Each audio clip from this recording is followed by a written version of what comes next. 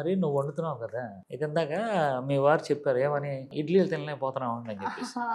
అది ఏం చేస్తారంటే మీరందరూ వినండి, ఇడ్లీలో సొరకాయని మీరు వేపుతున్నారు కదా, దాని బదులు బీరకాయ వేయండి. బీరకాయ వేస్తే సేమ్ స్పాంజీ లాగా వస్తుంది. ఒక రోజునేమో అలాగే వేసుకోండి, ఒక రోజుని ఇలా వేసుకోండి.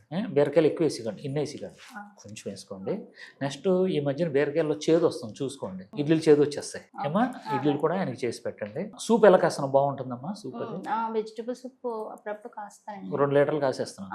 1 లీటర్ మీ ఆయనకి, వీక్లీ 1 టైం ఇంకా సూప్ తోటే తాగుతున్నాను. ఇంకా మానేస్తాం కాదు, మధ్యాహ్నం కూడా అది ఒక వారానికి ఒక రోజు పెట్టుకుంటున్నాం. Very good very good. Total గా నువ్వు డైట్ 1 వీక్ 1 డే చేస్తున్నావమ్మా? ఏ నీరసం ఉండట్లేదు కదా నీకు? అసలు నీరసం అన్నదే లేదు. నీరసం ఏమైనా పని చేసుకోలేమో భయపడ్డామండి ముందు అసలు తినకపోతే, కానీ అసలు నీరసం అన్నదే ఉండదండి. నీ మొఖంలో తెలిసిపోతుంది. నిజంగానండి నీరసం అంటూ ఉండదు అసలు. ఈ ఆరోగ్య డైట్ నిజంగా చాలా మంచిదండి మాకు. ఓకే.